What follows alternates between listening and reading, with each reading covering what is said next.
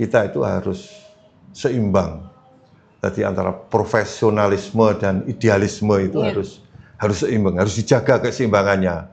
Jangan sampai kita itu cuma profesionalisme yang kita dahulukan. Kalau nanti itu yang kita dahulukan, kita nanti akan jadi orang kapitalis. Teman pemilih utamanya yang mereka Gen Z ini harus aktif. Gitu harus aktif. Harus aktif di dunia politik. Ya. Biar inspirasinya bisa terwujud. Betul. Kebijakan yang berpihak ke masyarakat itu nanti yang harus kita dahulukan. Jadi saya nggak ingin kebijakan hanya untuk dinikmati segelintir atau sekelompok orang. Tapi kalau kebijakan ini bisa dinikmati oleh masyarakat, misalnya di Kabupaten Kediri, ini yang harus kita dukung habis-habisan. Gitu ya.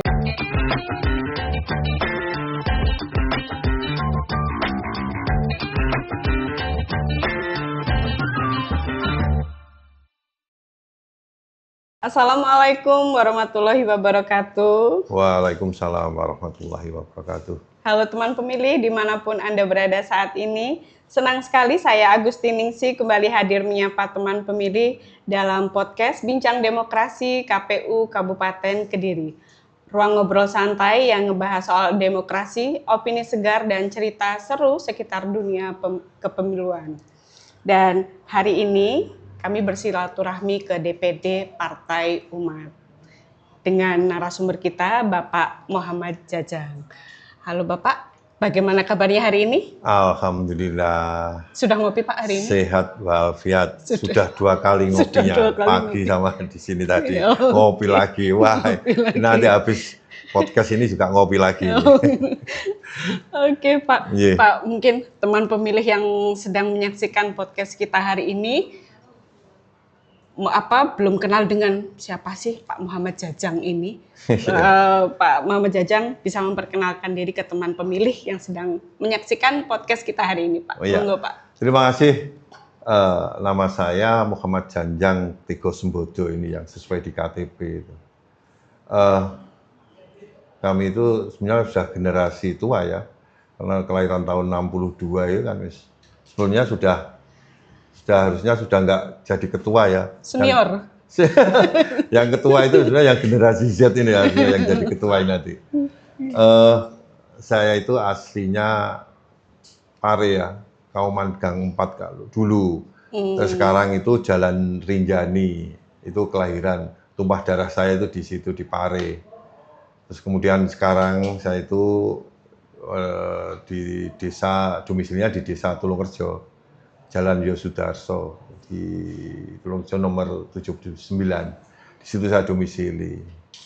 Dan alhamdulillah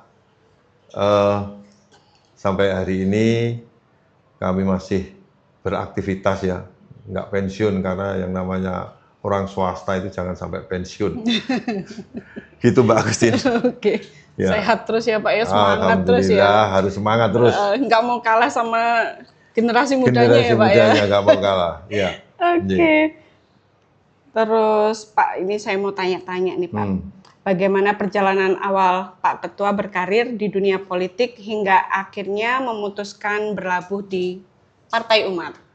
Ya, jadi ini luar biasa Mbak. Jadi saya itu lama sekali nggak pernah terjun di dunia politik.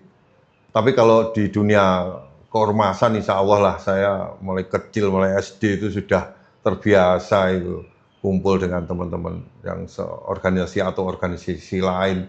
Sampai sekarang pun gitu. Kalau di dunia perpolitikan memang mungkin barusan ya kemarin itu kalau nggak salah pemilu kemarin itu saya masuk. Dan saya memutuskan kenapa di Partai Umat. Karena yang saya anggap ini yang bisa mewakili pemikiran saya, keinginan saya. Jiwa perjuangan ini yang akhirnya saya berlabuh di Partai Umat. Dan sebelumnya juga nggak pernah kemana-mana. Ya pertama dan terakhir lah. Kalau kemarin banyak perbedaan di Partai Umat, dan saya tetap aja lah. Saya tetap di sini yang kepingin Kabupaten Kediri ini dewasa dalam berpolitik itu aja. Gitu. Berarti dari kecil itu sudah belajar berorganisasi sampai sesenior ini ya Pak? Kalau namanya dari kecil memang ya Allah, saya itu masih ingat ya. Jadi bagaimana saya suruh cari sumbangan dari rumah ke rumah. Oh, sampai segitunya, Iya, Pak. dari pintu ke pintu itu saya SD itu saya masih ingat sekali itu ya. Waduh ya Allah ya Robi. Ternyata catatan-catatan itulah yang membuat kita itu ternyata bisa mensikapi perbedaan-perbedaan yang ada di masyarakat, jadi tidak kaku di masyarakat. Iya, iya. Saya sampai sekarang itu insya Allah lah kalau berbaur dengan kelompok-kelompok yang lain atau saya kira insya Allah saya cair lah, nggak ada apa sekat, nggak ada apa batasan-batasan. Saya kira saya mungkin sejak kecil ya saya itu pengen berbaur ke semua elemen itu. Saya kira itu Mbak motivasi saya ke situ. Berarti temennya banyak ini Pak di mana-mana. Insya Allah lah, mungkin Mbak Agustin aja yang nggak tahu saya. Ini sudah kenal ini Pak. Ini kita. barusan kenal, Ini barusan kenal ya, ya, ya. Oke. Terus Pak Jajang, kalau dari sudut pandang Pak Ketua, apa sih arti demokrasi dalam kehidupan kita sehari-hari Pak? Ya, yang namanya demokrasi itu ya dari dan untuk semua elemen masyarakat yang ada di sini semua, khususnya di Kabupaten Kediri dan umumnya di se-Indonesia ya. Yeah. Jadi kalau sudah yang namanya keinginan masyarakat, kemudian dikembalikan ke masyarakat, saya kira itu yang luar biasa. Sehingga pemahaman tentang demokrasi ini nanti akan semakin hari semakin dewasa, bukan semakin hari semakin hancur, tapi nggak ingin lah saya ke arah situ. Jadi memahami keinginan masyarakat dari masyarakat dan untuk ke masyarakat itulah itu yang menjadi harapan besar kita, bahwa selama ini kalau ada apa ya di TikTok bahwa ini cuma segelintir keinginan masyarakat, kemudian juga untuk segelintir itu kan mungkin menyimpang dari landasan demokrasi itu. Oh gitu. Iya. Iya. Kira-kira benar nggak Pak ya? Benar Pak. Betul sekali itu. Oke, terus ini Pak. Iya. Tadi kan nyebut TikTok ya, berarti Pak Jajang punya medsos ini?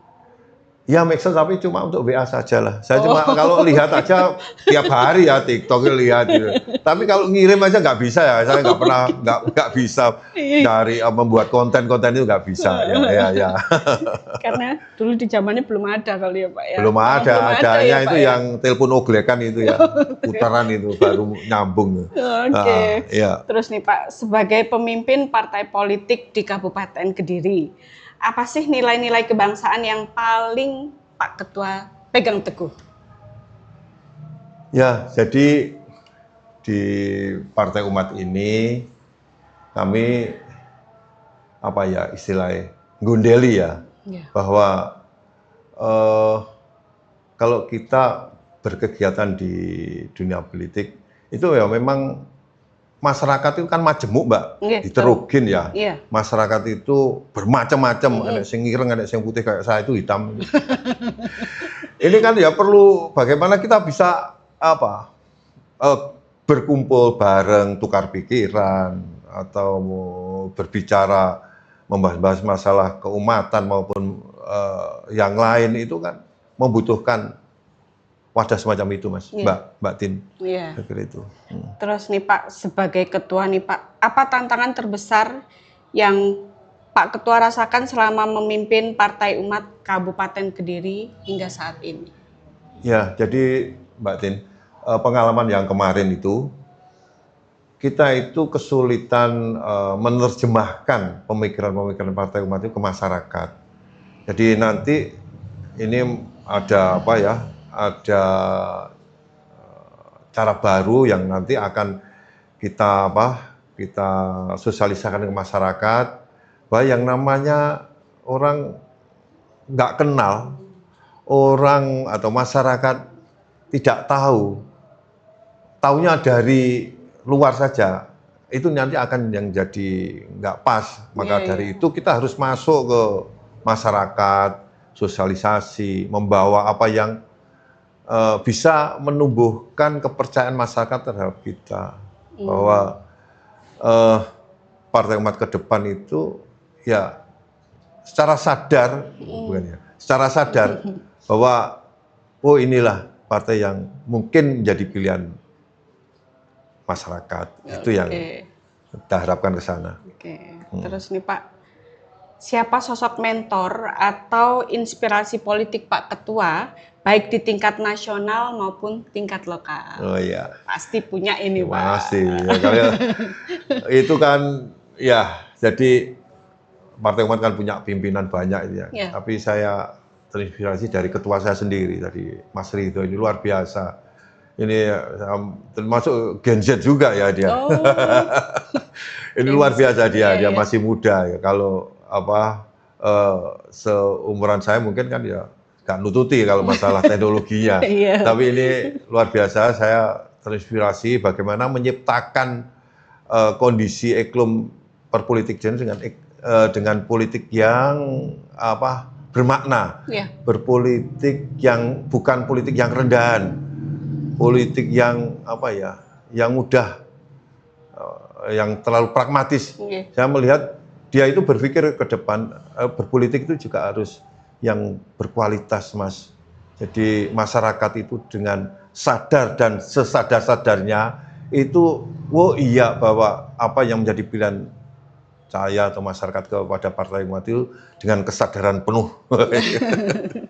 Ya, itu. Gitu. Nah, itu tadi kan yang tingkat nasional, Pak. Nah, kalau yang tingkat lokalnya itu bagaimana, Pak? Ya, kalau tingkat lokal tadi ya, Mbak Agustin bisa tadi ya waktu pertemuan kita dengan teman-teman pengurus itu kan banyak yang senior tadi. Banyak yang senior. Kita tinggal manut aja lah. Nanti kita yang senior mintanya apa, kepinginnya gimana, itu kan dari Orde Baru kalau nggak salah itu kemarin ada itu yang tadi yang hadir itu zamannya Orde Baru sampai sekarang banyak ya beberapa teman kita di Partai Umat ini yang punya pengalaman yang luar biasa dan ini harus kita timba pengalaman. Jadi yang kita ambil nanti yang baik-baiknya Mbak Tin, jangan yang jelek-jeleknya, yang baik-baik aja kita ambil. Oh ya ini baik, cocok untuk masyarakat atau untuk masyarakat khususnya di Kabupaten Kediri. Oh inilah yang model-model kayak gini lah. Jadi saya kira itu yang nanti akan masih baru berapa bulan saya jadi ketua ini ya. Jadi masih perlu banyak belajar lah Mbak Tin. Mungkin juga belajar dari jenengan ya. Oke, siap Pak. Sama-sama belajar gitu ya. Sama-sama belajar lah. Oke. Terus nih Pak, background-nya jenengan ini tadi kan wira swasta, pengusaha gitu ya Pak ya. Sebutlah pengusaha gitu ya Pak ya. Nah itu kan bagaimana caranya Pak Ketua membagi waktu antara urusan profesional ini tadi, urusan pribadi ini tadi, dengan tanggung jawab jenengan di partai, tanggung jawab besar kan ya Pak di partai itu. Itu bagaimana saya Pak? itu masih terinspirasi pemikiran teman saya ya, yang kebetulan waktu itu saya diskusi juga. Pak Sanjang, kita itu harus seimbang. Jadi antara profesionalisme dan idealisme itu harus seimbang, harus dijaga keseimbangannya. Jangan sampai kita itu cuma profesionalisme yang kita dahulukan. Kalau nanti itu yang kita dahulukan, kita nanti akan jadi orang kapitalis, orang yang nggak paham dengan kondisi masyarakat ya. Jadi kita harus punya idealisme yang kita bangun supaya keberadaan kita itu bermakna di masyarakat, bermakna untuk agama dan negara. Keren sekali Pak. Gimana Pak? Gimana Pak? Pak Ketua, bagaimana nih memastikan kader di Kabupaten Kediri tetap solid menyongsong pemilu yang akan datang ini Pak? Ya, jadi ini tantangan buat Partai Umat ya. Partai Umat yang relatif masih baru. Ini harus bisa, kalau nggak salah programnya sampai RT ya. Oh gitu. Iya, jadi ada kabupaten, DPD ya. DPD. Nanti ada DPC. Terus sampai ranting-ranting. Sampai RT lah, sampai RT, DPRT. Kalau itu sudah terbentuk dan masyarakat menerima dengan ngelenggono. Ngelenggono ya Pak Agustin? Ngelenggono ya Pak? Apa ya? Jadi ngelenggono itu berterima apa? Berbesar hati. Berterima. Jadi Partai Umat itu kalau diterima dengan secara ngelenggono, saya kira nggak terbebani kita. Pengurus itu nggak terbebani. Jadi berjuang yang saya sampaikan tadi antara profesional dan idealisme itu harus seimbang. Itu nanti akan terwujud dengan sendirinya. Karena apa? Kita berjuang dengan legowo lah. Legowo tadi ya, nggak terbebani apa-apa. Sehingga target yang kita harapkan nanti sampai terbentuknya ke RT itu, saya kira hal yang nggak terlalu nggak terlalu memberatkan kita, asalkan apa yang kita bawa dan masyarakat itu paham dengan apa yang kita tawarkan, bahwa kesulitan-kesulitan yang ada di masyarakat kita pecahkan. Saya kira itu hal yang bisa menarik masyarakat ke kita. Oh gitu. Oke, siap Pak. Terus nih menurut Pak Ketua, seberapa penting peran partai politik, terutama peran Partai Umat dalam menjaga kualitas demokrasi di Indonesia, khususnya di Kabupaten Kediri? Ya, jadi secara nasional partai politik sangat penting sekali ya, karena akan memadai aspirasi keinginan masyarakat, sehingga keinginan-keinginan yang nanti kalau keinginan-keinginan itu liar, itu jauh lebih berbahaya. Maka peran partai politik ini yang dibutuhkan. Bahwa kalau partai politik itu paham dengan keinginan, harapan di masyarakat, kemudian direalisasi, ini luar biasa lah. Jadi secara nasional, yang namanya gembah lipah loh jinawi ya. Terusannya. Itu kalau itu bisa terwujud, saya kira yang namanya masyarakat yang adil makmur itu akan menjadi harapan, itu kan segera bisa terwujud dengan kesehatan yang ada di partai politik. Kalau partainya itu sehat, saya kira masyarakat juga sehat. Iya betul. Saya kira itu. Iya. Terus nih, apa Pak, lagi? Politik identitas sering muncul di Indonesia, Pak. Nah, dari kacamata Partai Umat, bagaimana caranya agar demokrasi tetap sehat tanpa terjebak pada isu yang memecah belah? Ya, itu tadi. Manakala pemahaman demokrasi ini sudah dipahami betul, kemudian yang tadi Mbak Agustin tanyakan itu, antara profesional dan idealisme itu masih seimbang. Saya kira itu akan segera terwujud lah. Gitu ya. Ya, segera akan terwujud bahwa politik yang memecah belah bangsa itu nanti mungkin dengan sendirinya luntur ya, dengan sendirinya nggak muncul. Karena apa yang menjadi harapan masyarakat, apa yang menjadi harapan segenap tumpah darah Indonesia ini, bangsa Indonesia ini sudah terwakili. Kalau sudah terwakili kemudian direalisasi, saya kira kan apa yang menjadi kebutuhan itu bisa didapat dengan mudah. Saya kira itu yang menjadi harapan kita. Harapan kita semua lah, bukan harapan Partai Umat, tapi harapan semua anak bangsa Indonesia ini. Damai. Negeri yang aman, tentram. Betul. Ya. Oke. Terus Pak, Partai Umat ini punya strategi nggak Pak di Kabupaten Kediri untuk menarik minat kaum milenial dan Gen Z agar mau bergabung di Partai Umat? Ya, ini menjadi mimpi besar kami ya, mimpi besar pengurus semua di Partai Umat. Yang tua-tua itu kan sedikit ya jumlahnya. Yang banyak itu kan Gen Z-nya itu. Gen Z-nya itu. Nah, kebanyakan yang Gen Z itu kalau saya lihat itu apatis. Apatis. Jadi waktu saya ke daerah mana ya, daerah selatan itu ya, kumpul dengan tokoh sana. Di Kediri, Pak? Di Kediri. Walah mas, saiki wong delok iki aras-arasen dengan berpartai gitu. Aras-arasen, apatis. Lu boleh cah nom-nom itu. Nah, kalau ada gerakan yang bisa memperdayakan, memperdayakan apa ya? Ada gerakan yang bisa bermanfaat bermanfaat untuk anak-anak Gen Z, anak muda Gen Z. ini. Saya yakin dia nanti lebih bisa memilih, nggak apatis lagi, tidak apatis, terus tidak putus asa dengan dunia perpolitikan, ya. Jadi politik itu harus kita upayakan dengan politik yang tadi, yang sehat, yang berpihak ke masyarakat, jangan berpihak ke titik-titik tertentu. Itu kalau itu semua dijalankan oleh partai politik, insya Allah Indonesia itu akan segera makmur lah. Gitu ya Pak ya. Berarti kan untuk teman pemilih utamanya yang mereka Gen Z ini harus aktif. Gitu harus ya, aktif. Harus aktif di dunia politik. Ya. Biar inspirasinya bisa terwujud. Betul. Aspirasinya. Ya, karena Gen Z itu kan juga pengen apa, banyak keinginan, ya toh. Tapi kalau nggak ada wadahnya kan nanti sekedar keinginan saja. Iya.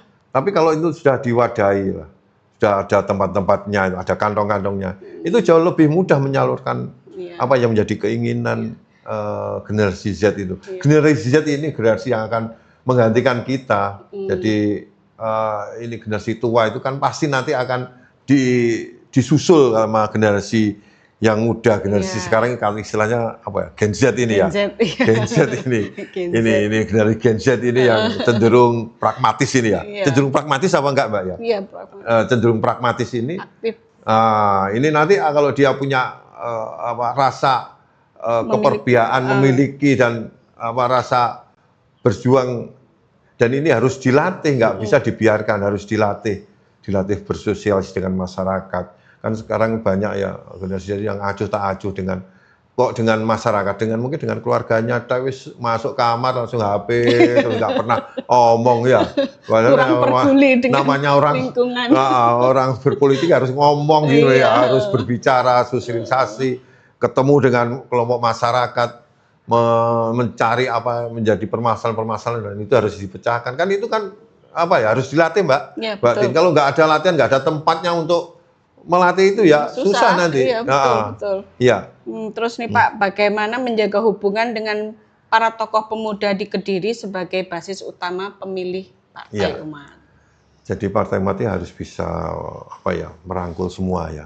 Bisa merangkul tidak semua, hanya generasi muda ya Pak ya. Ya semua masyarakat, semua elemen masyarakat itu harus kita bisa masuk ke sana, bisa cair ke sana. Dan masyarakat itu menerima dengan lapang dada, itu yang menerima dengan lapang dada ini kan butuh perjuangan ya, nggak bisa datang pakai terus kemudian enggak, tapi butuh upaya-upaya membangun kesadaran bahwa pentingnya kita berkomunikasi, pentingnya kita berbicara, pentingnya kita bersosialisasi, itu sangat luar biasa. Jadi saya masih teringat waktu zaman dulu ya, zaman saya masih sekolah kalau tidak salah, waktu dulu itu Mbak Agustin belum lahir ya, itu ada 83 saya Pak. Kelahiran? Ya belum, itu ada namanya Kelompen Capir itu ya dulu. Menterinya waktu itu menterinya Pak Harmoko itu ya. Itu ada Kelompen Capir. Jadi di desa-desa ada kelompok pemirsa ya. Istilahnya aku lupa. Jadi zaman kumpulan gitu. Enak gitu loh ngomong masalah bagaimana teknik budidaya pertanian, berbicara tentang bagaimana meningkatkan kalau ternak ya toh, kesehatan ternak kayak apa. Seperti tadi saya terangkan di Partai Umat ada ahlinya peternakan, nanti saya bawa, dan ini mudah-mudahan dia nanti bermanfaat. Iya. Jadi dia sudah saya sampaikan, tolong ilmu jenengan itu kan manfaatkan ke masyarakat sehingga pahala itu dari ilmu yang sama itu akan mengalir masuk sama nismati loh, mengalir terus. Pahala jariah. Terus ini Pak, apa harapan Partai Umat untuk pembangunan di Kabupaten Kediri, khususnya untuk sektor kepemudaan? Ya, jadi kami berharap masyarakat di Kabupaten Kediri, khususnya generasi Z ini harus paham, harus sadar bahwa namanya berserikat dan berkumpul itu diperlukan sekali.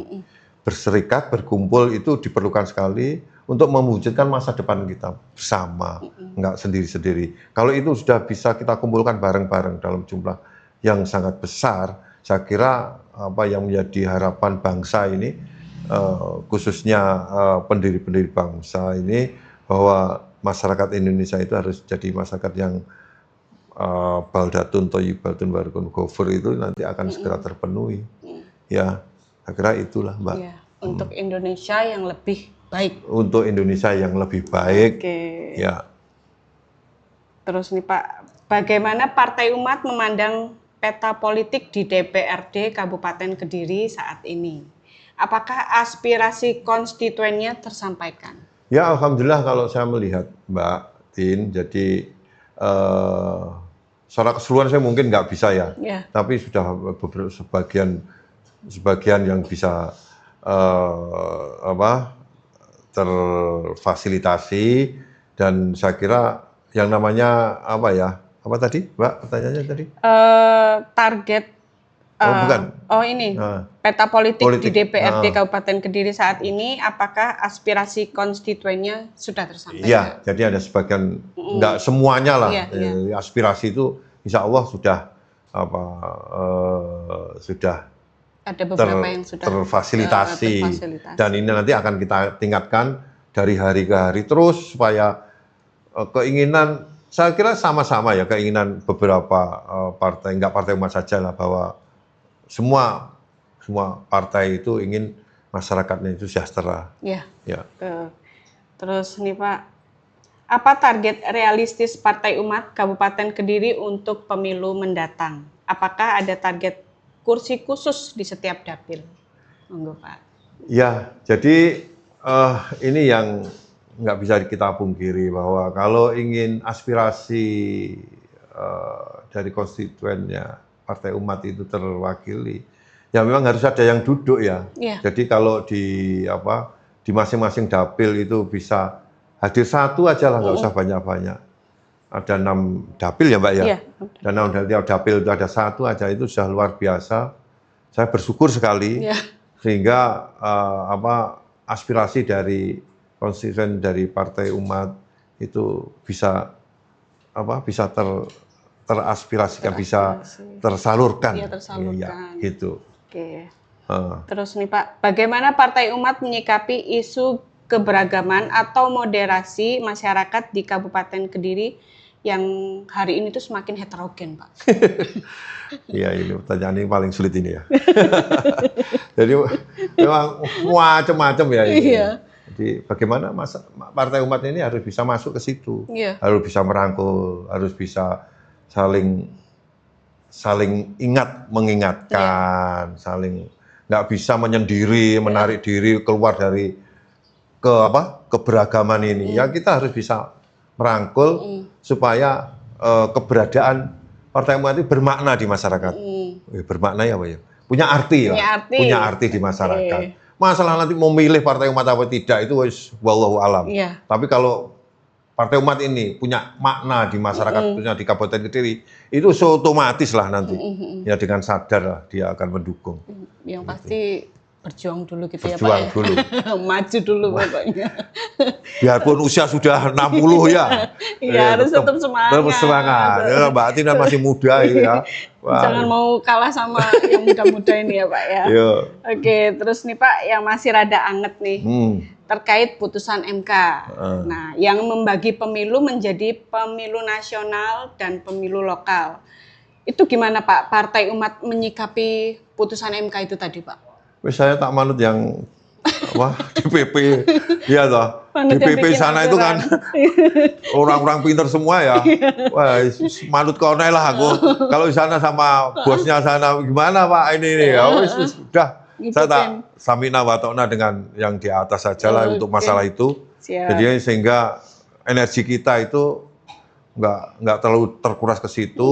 Kita bisa tetap berjuang ke masyarakat, membangun desa, gitu. Sehingga terjadilah masyarakat yang tadi, masyarakat yang masyarakat yang makmur ya. masyarakat yang makmur di Ya, sini. siap. Ya gitu. Oke nih Pak, terus jika Pak Ketua diberikan satu kesempatan untuk mengubah satu kebijakan di Kabupaten Kediri hari ini, kira-kira apa yang mau Pak Ketua ubah? Bahkan kebijakan yang berpihak ke masyarakat itu nanti yang harus kita dahulukan. Oke. Jadi saya nggak ingin kebijakan hanya untuk dinikmati segelintir atau sekelompok orang. Tapi kalau kebijakan ini bisa dinikmati oleh masyarakat misalnya di Kabupaten Kediri, ini yang harus kita dukung habis-habisan. Gitu ya Pak ya. Kita dukung habis-habisan ya Pak ya. Terus nih Pak, bagaimana Partai Umat berencana berkolaborasi dengan Ormas Kepemudaan? Ya, jadi harus ormas-ormas itu kan banyak sekali ya. Iya. Ini dan itu punya kelompok masyarakat, kumpulan orang. Ini kalau kita bisa berkolaborasi ya tadi, berkolaborasi dengan kelompok-kelompok ini luar biasa Mbak Tin. Saya kira semua orang kepingin ke situ lah, semua partai ingin berkolaborasi ya. Saya kira itu bukan Partai Umat saja, tapi semua partai menginginkan ke situ. Jadi mana yang lebih diterima oleh kelompok-kelompok itulah nanti itu yang jadi pemenangnya. Oke nih Pak, apa pesan Pak Ketua untuk para pemuda di Kediri yang mulai apatis terhadap dunia politik? Enggak, Pak. Bagi para generasi Z, senang Gen Z ini ya. Gen Z. Senang kali generasi Z ini. Bahwa estafet kepemimpinan itu nantinya yang megang itu juga pemuda-pemuda ini. Kalau pemuda-pemuda ini rapuh secara politik, ke depan ini politiknya justru akan menjadi rapuh juga. Saya khawatir ke situ. Maka sosialisasi pemahaman tentang budaya berpolitik yang baik ini yang harus kita bangun. Kan ada ya budaya politik yang nggak baik. Ada, mungkin Mbak Tin lebih paham ya.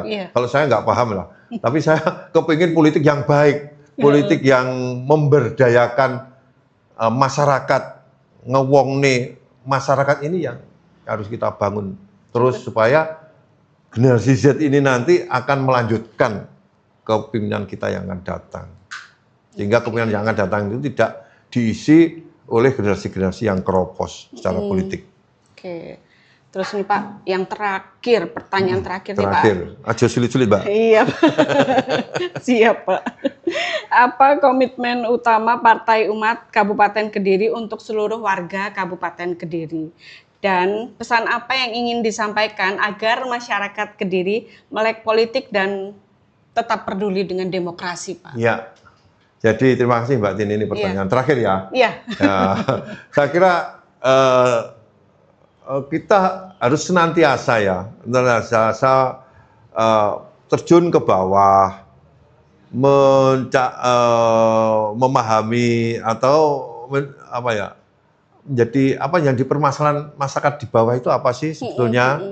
Itu yang harus kita diskusikan. Kemudian kalau Partai Umat nanti bisa menjawab tantangan-tantangan semacam gini yang ada di masyarakat, saya kira kalau cuma satu dapil ya, satu itu terlalu mudah Mbak. Kalau satu dapil mudah itu saya kira. Jadi saya nanti berharap ke situ lah. Mudah-mudahan Partai Umat semakin hari dicintai oleh masyarakat Kabupaten Kediri khususnya ya, dan masyarakat Indonesia pada umumnya. Ya. Oke. Tambah lagi nggak nih Pak pertanyaannya? Ketoknya kok wis akeh Sudah ya Pak. Oke, siap Pak. Wis blenger iki kan. Ngobrol-ngobrolnya kita ini tadi seru banget Pak ya. Gitu ya. Terima kasih sekali Pak Janjang sudah meluangkan waktunya untuk kita, dan semoga obrolan seru kita ini tadi bisa menginspirasi teman pemilih yang sedang menyaksikan podcast kita hari ini. Terima kasih Mbak Tin. Mungkin saya tadi ada yang nggak berkenan ya di krunya Mbak Tin ya. Saya mohon maaf loh ya. Saya mohon maaf, dan nanti bisa dikoreksi diedit atau. Siap Pak. Terima kasih sekali waktunya, meluangkan waktunya Pak Janjang di sela kesibuk-sibukannya ini. Amin. Dan salam untuk tim DPD Partai Umat. Terima kasih Mbak Tin. Semua kerjasama ini harus kita jalin yang lebih baik ke depan. Ya. Semoga Pak Janjang dan tim selalu sehat, bahagia. Amin. Amin. Dilancarkan semuanya Amin, amin, untuk ya pemilu Rabbal yang akan alamin. datang ya Pak ya. Amin, amin, amin, amin, amin. Oke. Ye. Dan untuk teman pemilih semua, terima kasih telah menyaksikan podcast Bincang Demokrasi KPU Kabupaten Kediri. Jangan lupa untuk selalu follow, like, subscribe, dan share sebanyak-banyaknya medsos KPU Kabupaten Kediri. Makan siang pakai sambal terasi, ditambah tempe enaknya pasti. Podcast kita cukup sampai di sini, sampai bertemu di episode selanjutnya. Saya Agustiningsih pamit undur diri, KPU melayani. Wassalamualaikum warahmatullahi wabarakatuh. Waalaikumsalam warahmatullahi wabarakatuh.